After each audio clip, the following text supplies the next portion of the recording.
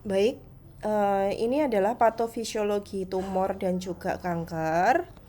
Nah, kita akan belajar bagaimana itu kanker bisa berkembang gitu ya. Tumor itu juga bisa berkembang. Nah, menurut insidensinya, kanker itu masih insidensinya tinggi sekali. Kemudian insidensinya yang paling tinggi itu untuk laki-laki itu adalah kanker paru. Kalau untuk perempuan adalah kanker payudara. Kalau untuk anak-anak yang paling tinggi itu adalah leukemia yang akut ya, leukemia. Kemudian apa aja faktor epidemiologi dari kanker ini? Yaitu maksudnya adalah faktor penyebabnya gitu ya. Jadi faktor penyebabnya ada yang namanya faktor predisposisi. Terus ada yang faktor kondisi non neoplastik kronik dan juga faktor hormonal. Nah, faktor predisposisi ini salah satunya adalah genetik gitu ya. Genetik itu ternyata memegang peranan penting sekali gitu untuk kanker gitu. Jadi maaf. Jadi untuk faktor genetik itu misalnya gini, kalau misalnya ada kakek kalian atau nenek kalian itu yang terkena kanker, meskipun orang tua kalian itu tidak terkena kanker, nah itu bisa jadi ada salah satu cucunya yang terkena kanker gitu ya, karena dia membawa genetik atau sel-sel genetik kanker. Jadi kejadian kanker itu sangat sangat tinggi gitu terjadi di orang yang memang punya riwayat genetik kanker. Kemudian ada wilayah geografis, kemudian ras, ada ras-ras tertentu misalnya yang ras kulit putih itu biasanya lebih rentan gitu ya terkena kanker gitu. Misalnya kanker kulit. Itu ras kulit putih itu lebih rentan gitu karena ras kulit putih itu dia tidak punya melanin yang yang banyak gitu ya. Kan kalau kulit hitam itu kan melaninnya banyak, jadi lebih tidak rentan gitu terhadap sinar ultraviolet sehingga bisa menyebabkan kanker. Nah, kalau kulit putih itu melaninnya kurang sekali, kan kulitnya putih pucat gitu kan, melaninnya kurang. Sedangkan gunanya melanin itu dia untuk mencegah kanker kulit gitu yang diakibatkan oleh UVA, UVB gitu ya.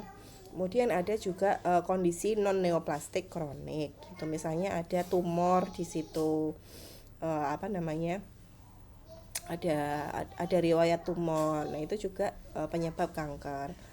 Kemudian faktor hormonal, estrogen itu juga berperan penting pada kanker payudara.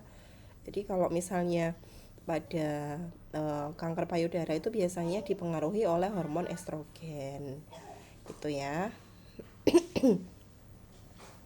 Kemudian untuk faktor predisposisi itu misalnya eh, kanker resiko berkembangnya sel kanker pada kerabat tingkat pertama pasien kanker itu 3 kali lebih tinggi. Jadi kalau misalnya neneknya kena kanker ya berarti cucunya 3 kali lebih tinggi terkena kankernya gitu. Kemudian kanker payudara itu kanker payudara yang diturunkan itu sekitar 5 sampai 10%. Dan gen mutan ini yang penting ya, ini yang ibu sampaikan, yang ibu emphasize saja, yang penting yang ibu highlight.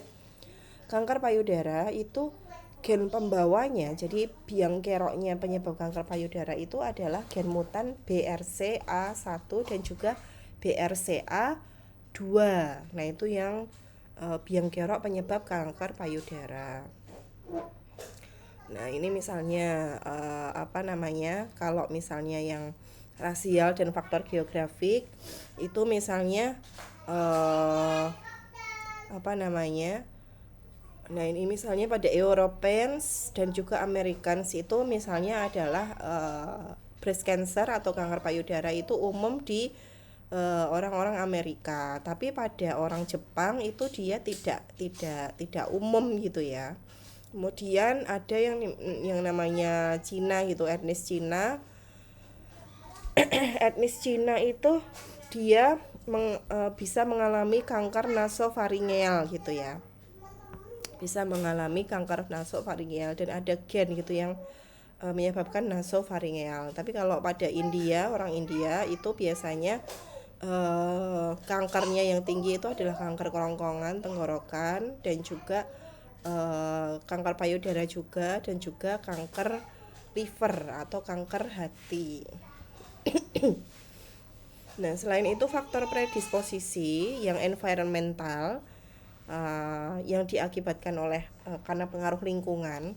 Ini adalah faktor penyebab kankernya ya. Faktor predisposisi itu maksudnya adalah faktor penyebab kanker. Nah, yang faktor lingkungan dan juga kultural itu kalau yang suka merokok. Di sini ada yang suka merokok nggak kira-kira?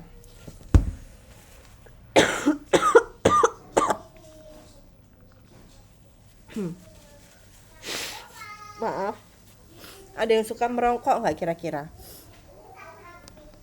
Tidak, Bu. Oke.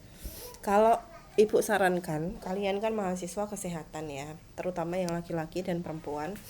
Mahasiswa kesehatan harus tahu betul bahwa rokok itu bahayanya, nauzubillah, pokoknya rokok itu intinya merusak adik-adik.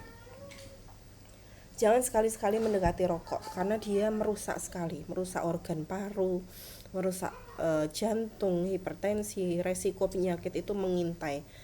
Ibu memang tidak habis pikir gitu, kenapa di dunia ini pemerintahnya itu masih mengizinkan untuk merokok dengan dalih apa ya, memperluas lapangan kerja. Nanti kalau pabrik rokoknya ditutup, maka lapangan kerjanya akan berkurang dan lain sebagainya. Tapi kan sebenarnya masih banyak bahayanya gitu kan di balik itu.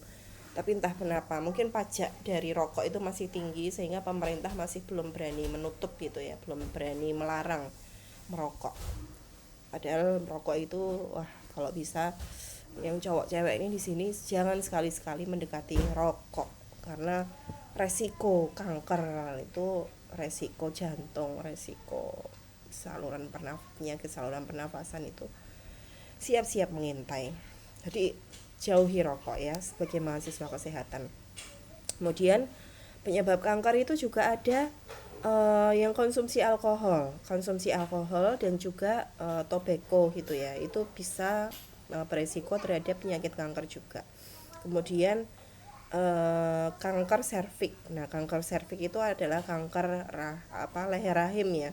Kanker leher rahim itu dia itu bisa berkembang gitu kalau misalnya hubungan seks dengan orang yang sering berbeda-beda. Nah, itu juga bisa beresiko untuk menyebabkan kanker serviks. Kemudian juga ada kanker penis. Nah, kanker penis itu biasanya itu diderita oleh orang-orang yang tidak sunat gitu ya. Ya kalau pada orang Jew sama Muslim gitu kan, mereka kan sunat gitu. Jadi resiko untuk terkena kanker penisnya itu berkurang. Kemudian apa saja penyebab kanker yang lain gitu, misalnya umur gitu ya. Umur itu juga signifikan faktor yang signifikan, terutama usia 65 tahun ke atas. Nah, usia 65 tahun ke atas itu sangat amat beresiko sekali gitu terkena kanker. Nah, kanker pada usia lanjut itu bisa disebabkan oleh apa? Perubahan sel inang, kemudian ada paparan efek karsinogen. Karsinogen itu zat-zat yang menyebabkan kanker gitu ya. Misalnya kalian mengkonsumsi zat pengawet, kemudian mengkonsumsi zat warna yang banyak. Nah, itu nanti paparan efek-efek karsinogen lebih lama itu nanti juga akan menyebabkan timbulnya sel kanker. Kemudian juga selain bentuk tumor ganas, nah kebanyakan tumor itu juga sering terjadi pada pria dibandingkan pada wanita, kecuali kanker payudara. Jadi yang laki-laki ini ya rentan gitu resikonya terhadap kanker gitu ya. Jadi harap untuk berhati-hati gitu mengkonsumsi. Jadi mulai sekarang gaya hidupnya yang olahraga, kemudian juga gaya hidupnya yang normal lah, yang kurangi pengawet-pengawet atau kurangi setiap hari makan seblak, makan cilok kayak gitu. Nah, itu juga dikurangi gitu ya. Kemudian mohon maaf.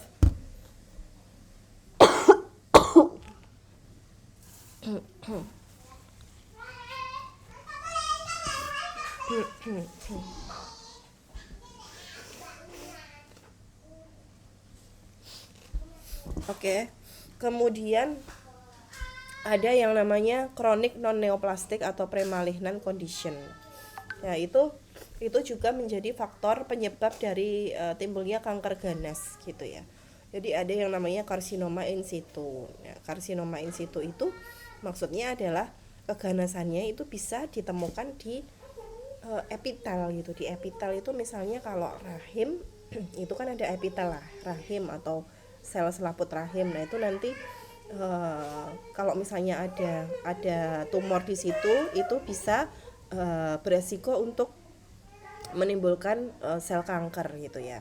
Kemudian ada benign tumor gitu ya. Benign tumor itu artinya tumor jinak. Jadi tumor jinak itu beda dengan kanker. Kalau tumor jinak itu misalnya cuman ada benjolan, tapi benjolannya itu berkembangnya lambat sekali, tidak terlalu cepat.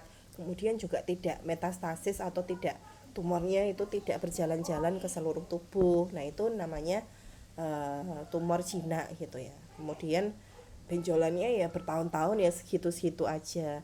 Tapi tumor jinak itu harus diwaspadai karena dia itu memang dia tidak menjadi ganas kecuali kalau berbentuk beberapa fili gitu ya, beberapa kantung-kantung. Nah, itu tumor jinaknya patut diwaspadai. Kemudian kondisi lain itu misalnya ya pasien kanker colitis ulcerativa yang kronis itu nanti bisa menyebabkan terjadinya kanker kolorektal. Terus pasien sirosis gitu, pasien sirosis pada hati, sirosis itu artinya ya sejenis hepatitis tapi sel-sel di hatinya itu rusak gitu loh. Sel-sel di hatinya rusak. Nah, itu bisa menimbulkan karsinoma hepatoselular gitu ya. Kemudian ada bronkitis kronis gitu ya. Bronkitis kronis itu pada orang yang merokok itu bisa menyebabkan kanker bronkus gitu ya. Artinya kanker saluran pernafasan gitu. Kemudian ada luka lama gitu ya. Luka yang lama tapi dia tidak kunjung selesai. Nah, itu bisa menjadi karsinoma atau sel kanker squamous. Kemudian peran hormon dalam kanker itu, nah jaringan yang sensitif terhadap hormon itu contohnya adalah jaringan pada payudara, terus pada endometrium rahim, ada pada miometrium rahim, terus pada vagina, pada tiroid, liver, prostat dan juga testis itu sensitif banget terhadap hormon. Jadi misalnya kalau misalnya ada orang yang terapi pakai estrogen gitu ya.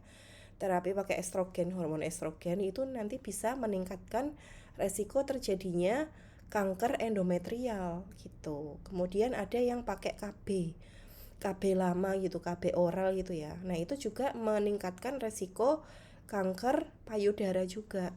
Nah, sehingga orang yang pakai KB itu juga harus berhati-hati gitu ya.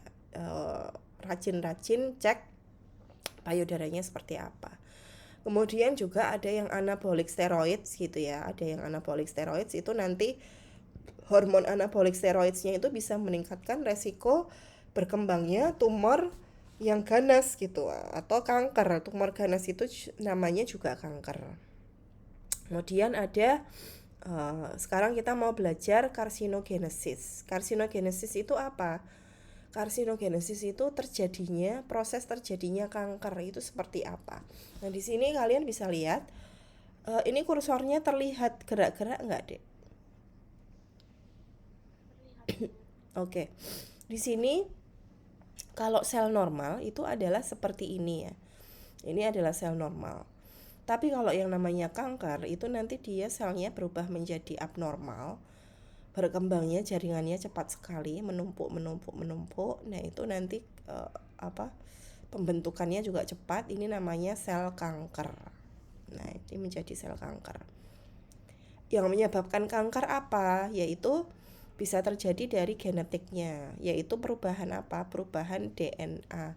Jadi yang namanya kanker itu pasti akan ada perubahan DNA pada sel di mana kanker itu tumbuh. Misalnya terjadi perubahan DNA rantai DNA dari sel yang ada di payudara. Nah, berkembang mengalami perubahan DNA-nya menjadi sel kanker. Nah, kemudian onkogen itu apa? Nah, onkogen itu dia itu adalah gen yang bisa menjadi penyebab kanker gitu ya. Gen yang bisa menjadi penyebab kanker. Jadi gen yang ada di dalam DNA dan bisa menyebabkan kanker, beresiko kanker, itu namanya onkogen. Kemudian apa itu tumor?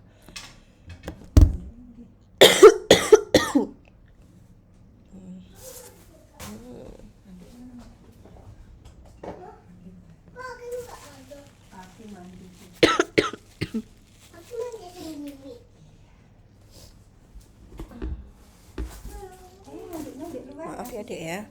Kemudian apa tumor supresor gen? Gen tumor supresor itu apa? Nah, gen tumor supresor itu dia itu kalau di dalam DNA dia itu adalah gen yang bisa menghambat pertumbuhan sel kanker.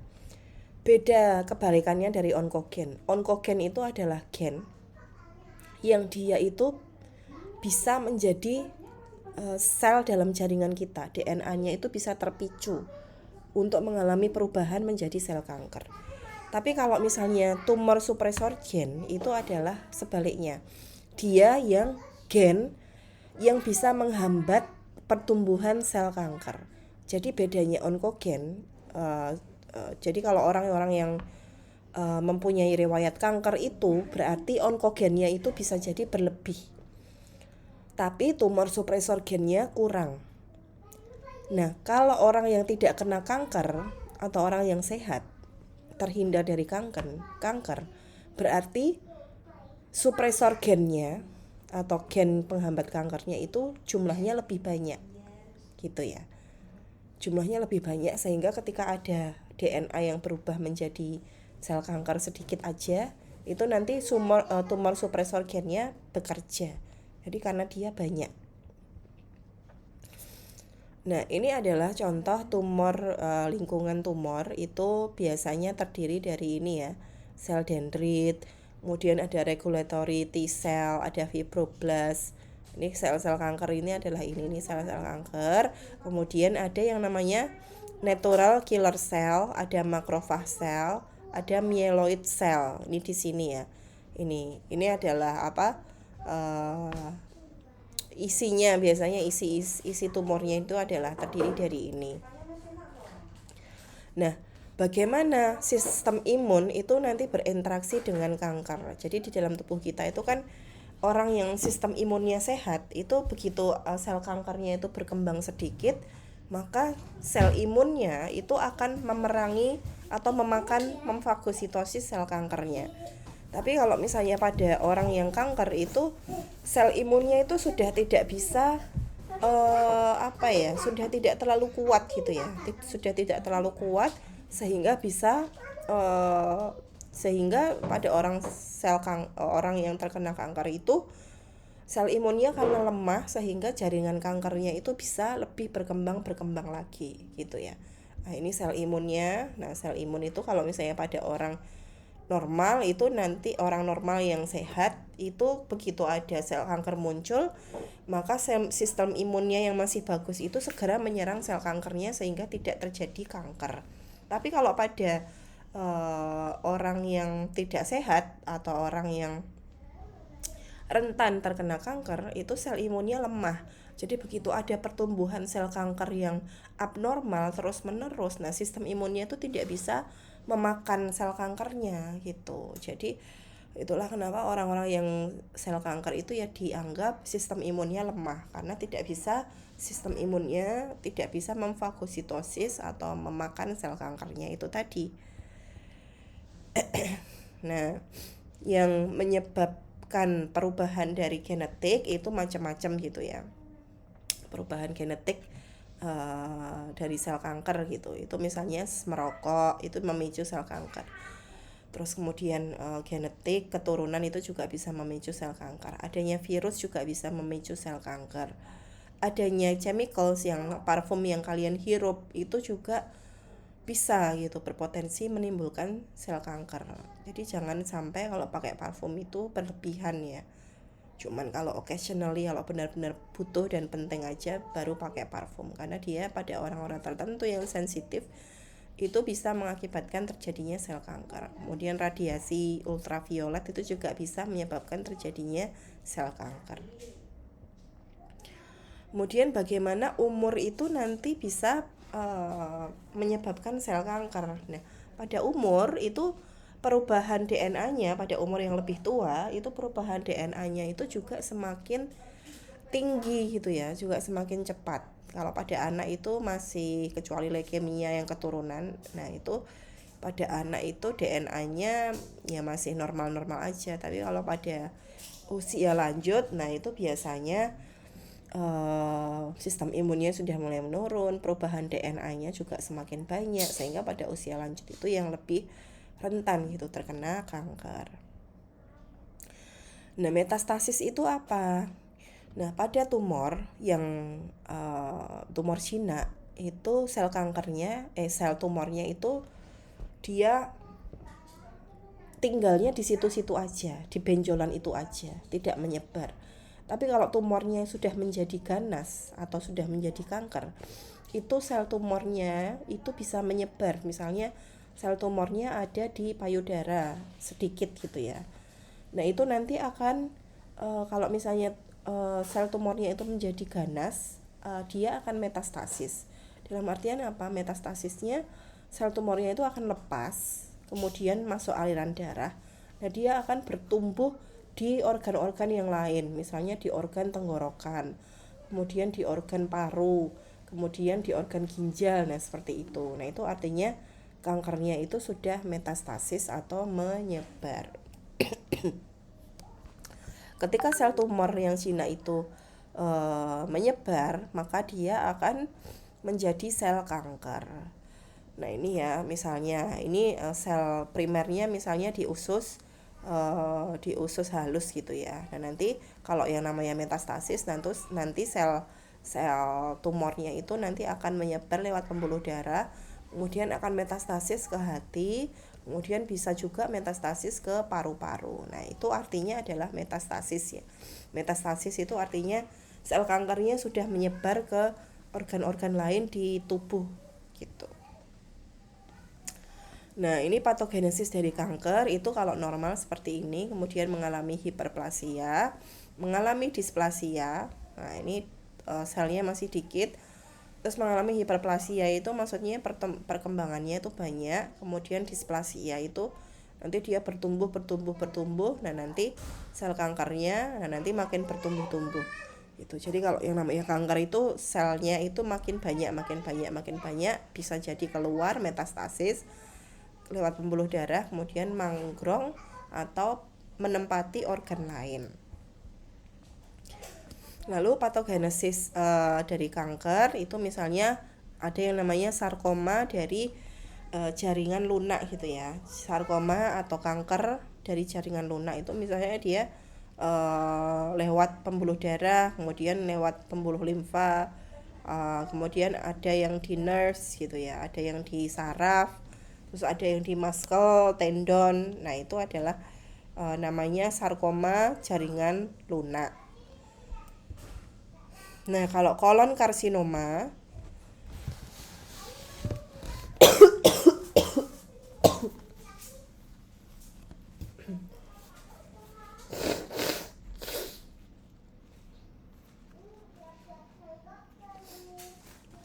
maaf ya. Kemudian kalau karsinoma atau kanker kolon atau kanker kolorektal itu nanti kurang lebihnya seperti ini. Tuh. Bentar.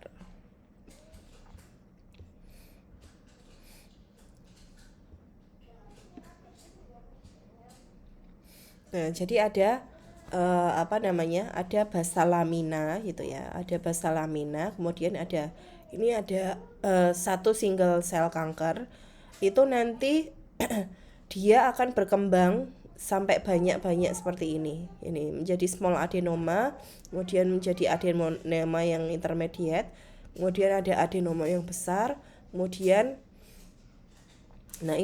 kemudian dia mengalami invasi gitu, si sel kankernya itu nanti dia bisa menuju ke pembuluh darah dan jaringan.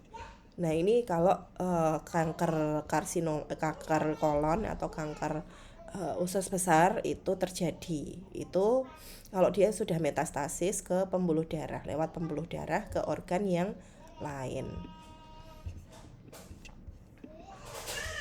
Lalu bagaimana dengan leukemia? Nah, kalau leukemia itu juga kanker darah ya. Yang namanya leukemia itu juga kanker darah. Nah, itu dari pluripotent stem cell yang satu ini. Kemudian Kemudian dia berubah gitu ya, DNA-nya berubah itu, yang dari ungu ini menjadi biru, ini dia berubah. Kemudian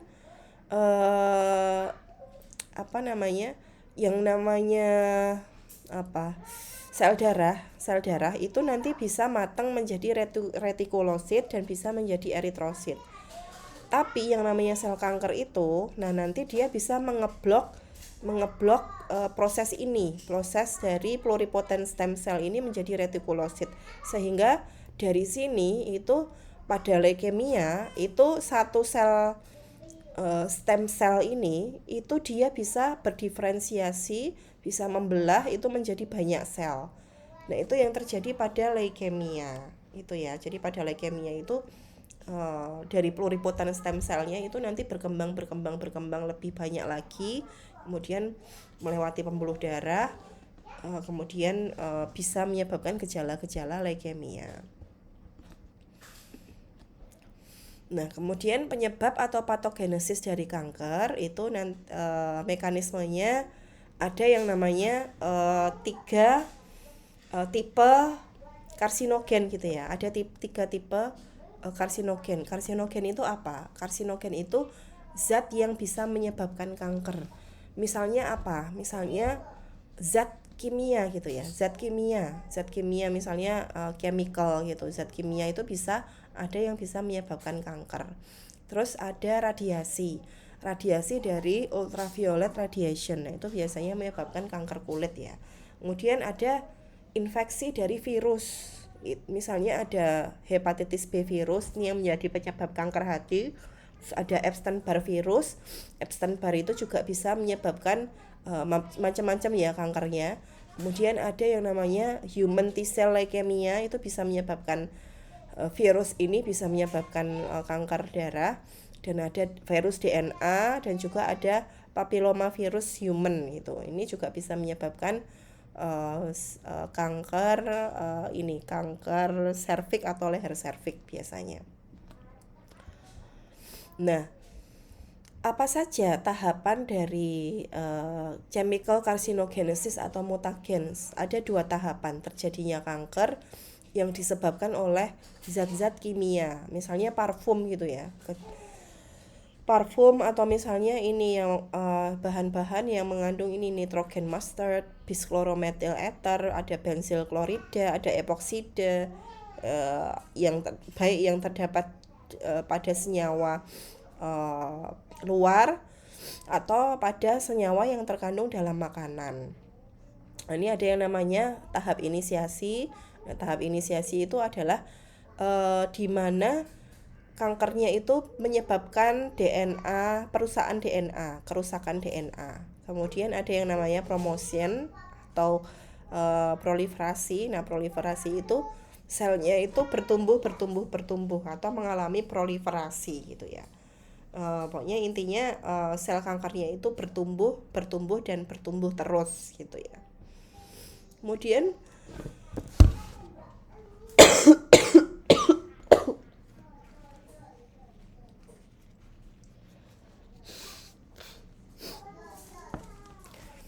ada yang namanya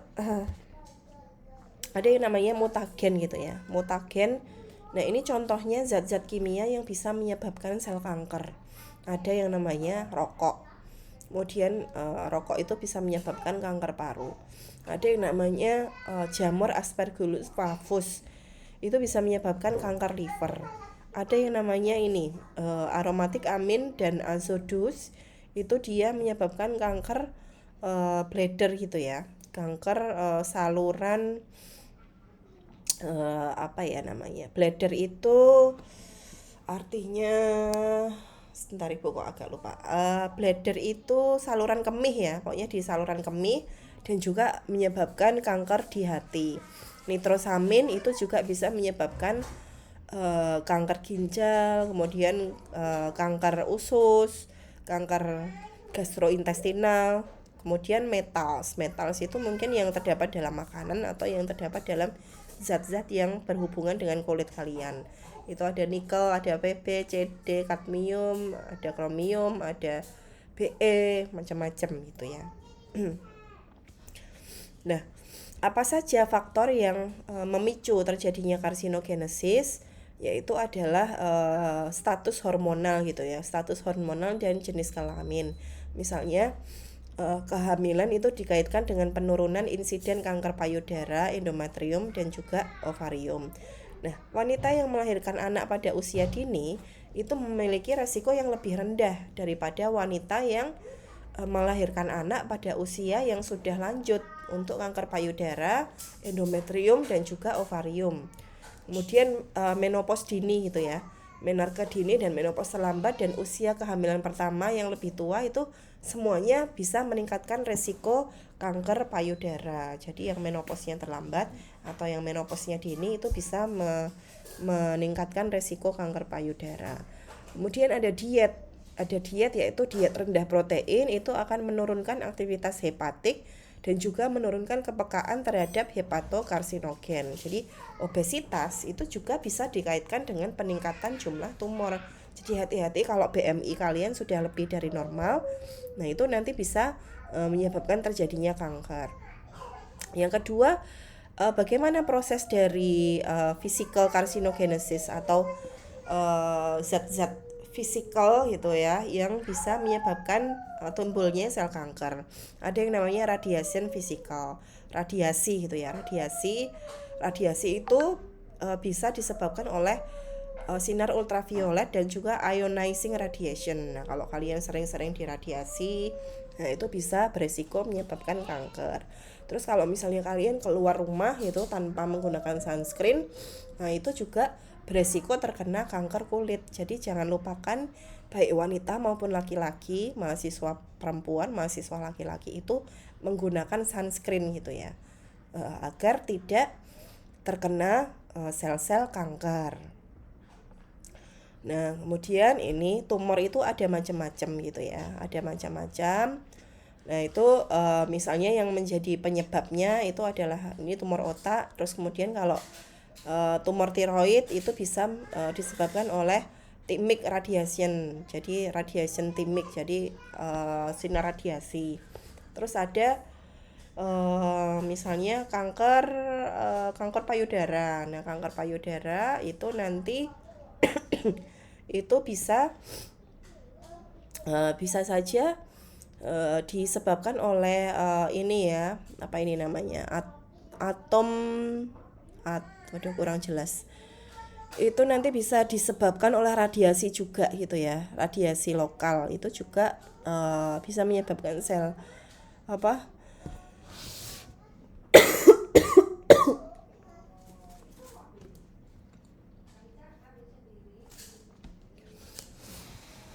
nah itu bisa disebabkan oleh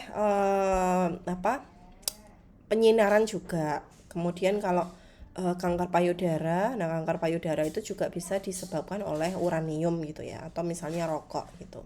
Kemudian liver itu bisa disebabkan oleh thorium dioksida.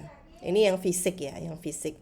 Kemudian kalau osteogenic sarcoma atau kanker tulang itu bisa disebabkan oleh radium gitu ya, apa namanya, zat radium namanya. Kemudian yang namanya physical carcinogenesis, nah itu misalnya adalah radiasi ultraviolet atau radiasi UV. Nah ini misalnya dari lampu atau UV dari sinar matahari. Kemudian penetrasi dari UV light itu memproteksi pigmentasi dari melanin, memproteksi protected by melanin gitu ya. Jadi kalau misalnya yang punya melanin banyak itu nanti dia bisa memproteksi dari UV light gitu. Nah, sunlight itu pada ini ras kulit putih itu bisa, atau UV itu kalau pada ras kulit putih itu kan dia tidak diproteksi oleh melanin sehingga dia rentan gitu terkena kanker basal sel, terkena kanker squamous carcinoma dan juga malignan melanoma. Tapi sinar matahari atau UV pada ras yang lebih gelap, misalnya orang Indonesia, kemudian yang kulitnya sawo mateng, yang kulit hitam itu diproteksi atau dilindungi oleh pigmen melanin gitu ya. Kita itu kulitnya sawo matang karena kita mempunyai pigmen melanin. Nah, itu pigmen melanin itu bisa mengabsorpsi radiasi UV sehingga pada orang-orang yang dengan kulit berwarna itu dia itu jarang gitu ya yang kena kanker kulit gitu ya. Dibandingkan yang orang kulit putih. Kemudian yang physical carcinogenesis itu ada yang namanya radiasi gitu ya. Radiasi itu bisa menyebabkan kanker. Misalnya dari X-ray, alfa, beta, gamma, dan juga radioaktif isotop. Nah, kalau kalian kena zat radioaktif pada pembangkit nuklir, nah itu bisa menyebabkan kanker gitu ya.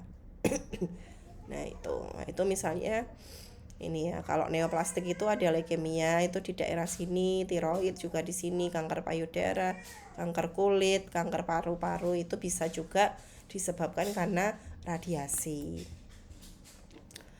Nah, kalau yang non radiasi itu misalnya yang fisikal gitu ya, yang zat fisik gitu, misalnya dari asbes.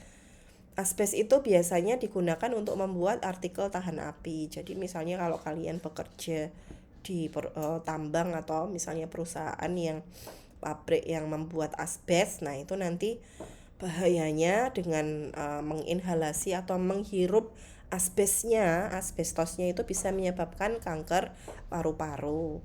Nah itu biasanya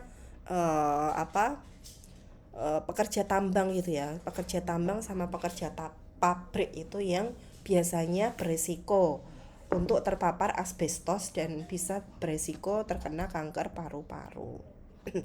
Kemudian infections pathogens atau virus itu juga bisa menyebabkan kanker.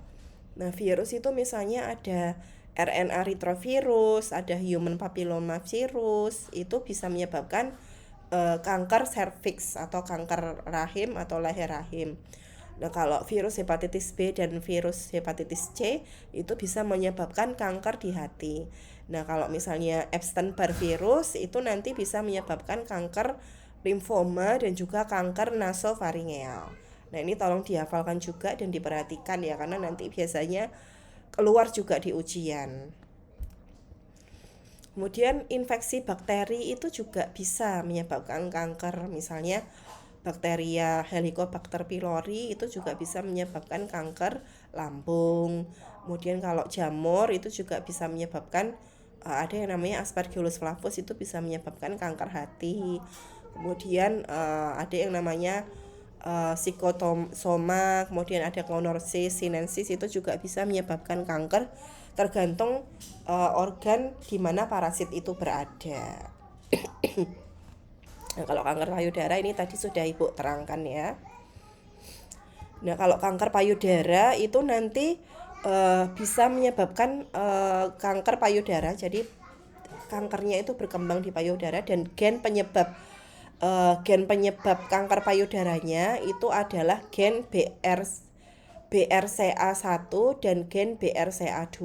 Nah, ini juga tolong diperhatikan gitu ya, dihafalkan karena nanti biasanya keluar di ujian juga gitu. Untuk BRCA1 dan juga BRCA2 ini adalah gen yang bisa menyebabkan kanker payudara. Baik, itu saja dulu penjelasan patogenesis dari kanker atau patofisiologi kanker dari Ibu Astri. Sejauh ini ada yang mau nanya nggak? Permisi Bu, saya mau bertanya Bu. Oh iya, namanya siapa, Nim? Selia Damayanti, NIM F5 2023 316. Siapa namanya? Aprilia? Iya, Aprilia Damayanti itu ya? Oke, iya. boleh bertanya? Apakah perokok pasif itu resikonya terkena kanker sama seperti perokok aktif Bu? Betul, betul sekali. Perokok pasif itu sama. Jadi bahkan lebih parah lagi. Jadi perokok pasif, kalian yang hidup bersama dengan orang-orang yang perokok aktif, itu sama saja ketika kalian itu menghirup asap rokoknya, itu sama saja dengan kalian merokok. Gitu loh. Itu sama aja loh dengan kalian itu merokok. Jadi jauh-jauh kalian dari para perokok aktif ini. Kalau cari suami, ibu minta juga jangan yang merokok. Kalau cari istri juga kalau bisa jangan yang merokok. Karena apa? Ya ibaratnya analoginya gini aja deh Aprilia. Analoginya gini. Kalau misalnya yang perokok pasif itu dengan deketan sama perokok aktif, kira-kira asap rokok dari perokok aktifnya itu masuk juga nggak di perokok pasifnya, Aprilia?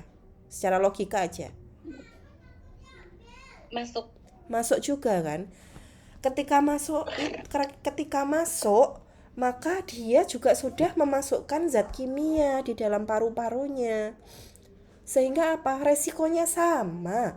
Bahkan perokok pasif itu lebih lebih ini lagi, lebih terugikan lagi oleh si para perokok aktif ini. Kalau ibu bilang perokok aktif ini, ibu pengen mengumpat gitu kalau misalnya ada perokok aktif yang dia itu bebas ngerokok dimanapun berada yang bisa mengenai perokok pasif lainnya gitu. Itu kalau misalnya ibu ada itu biasanya saya umpatin itu apa namanya, yang perokok aktif. Misalnya ibu makan di warung gitu ya, ibu makan di warung waktu itu mungkin ibu sedang hamil misalnya. Nah itu bisa saja ibu ingatkan gitu, Pak, mohon maaf, saya alergi rokok kayak gitu, boleh dimatikan rokoknya. Nah sebaiknya kayak gitu kalau kalian itu di public space itu, di ruangan umum gitu, kalau misalnya melihat orang yang rokok ya berani aja gitu untuk mengingatkan gitu, karena bahayanya sama, bisa sama-sama terkena kanker paru juga. Ya mungkin kalau misalnya kalian masih usia muda ya mungkin belum kelihatan, tapi nanti kalau udah usia 50, 60 itu bisa jadi kalian kena kanker parunya. Nauzubillah min dzalik. Gitu ya Aprilia ya. Oke Bu, terima kasih Bu. Iya sama-sama. Yang lain mungkin ada yang mau ditanyakan? Saya Bu, izin bertanya. Iya, Karina ya. Ya Bu, izin bertanya Bu. Oh iya. Kan tadi di PPT itu dibilang bahwa kalau kanker payudara di Amerika itu lebih umum daripada di Jepang. Nah itu apakah ada perbedaan pengobatan ataupun terapinya Bu? Terus yang kedua saya mau bertanya juga, kalau ada berita tahun kemarin itu kan kayak sunscreen yang chemical itu apa ya, bisa menyebabkan kanker juga. Nah itu bagaimana penjelasannya Bu? Apakah benar? Gitu Bu. Terima kasih Bu Asti. Chemical sunscreen ya.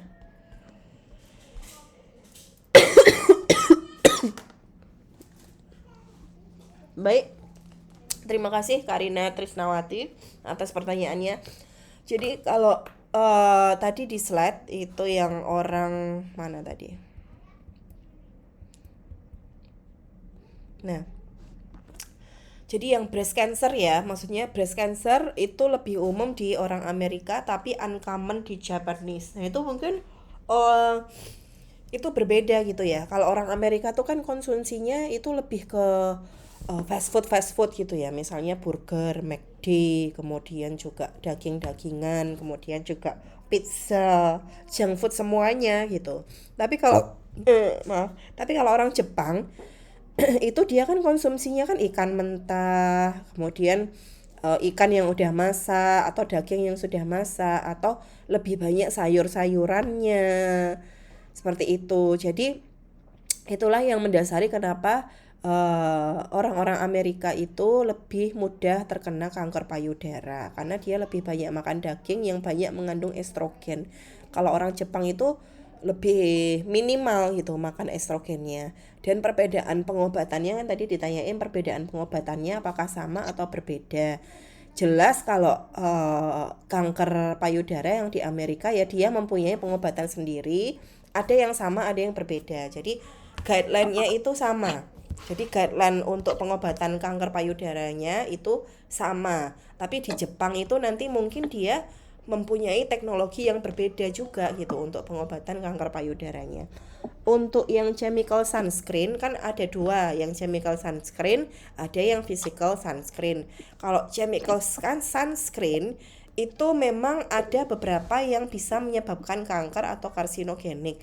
Kalau yang dia itu bahannya tidak aman gitu. Makanya kalian ketika memilih sunscreen di luar sana itu kalian harus berhati-hati dalam memilihnya. Pastikan kalian itu memilih yang sudah BPOM. Jadi sunscreennya yang sudah teruji BPOM dan juga sunscreen chemical yang sudah mendapatkan halal gitu ya, sertifikat halal. Nah, kalau sudah ada BPOM-nya, sertifikat halal itu ya insya Allah bisa dipercaya gitu. Maksudnya chemicalnya itu yang termasuk yang masih dalam batas aman gitu, chemical sunscreennya gitu ya, Aprilia Damayanti. Baik Bu, terima kasih Bu. Ini Karina ding, Karina Trisnawati ya, Karina Trisnawati gitu. Ada lagi yang mau bertanya?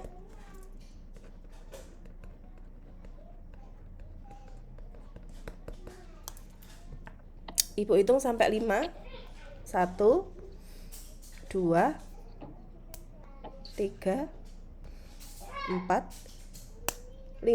Baik, kalau misalnya sudah tidak ada yang bertanya, ini sudah jelas semua belum? Kira-kira coba jawabannya seperti apa?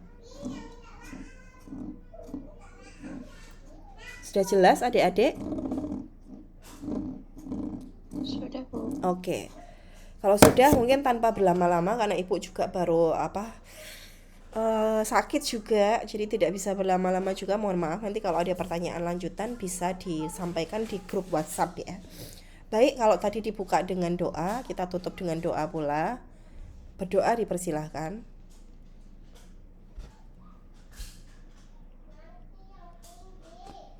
Baik, cukup. Kurang lebihnya dari ibu mohon maaf kalau ada kekurangan dalam mengajar. Nanti PC tolong mengingatkan ibu untuk mengirimkan PPT-nya ya. Baik, terima kasih. Assalamualaikum warahmatullahi wabarakatuh. Selamat pagi semuanya. Terima kasih Bu. Iya, Terima kasih Bu. sama-sama.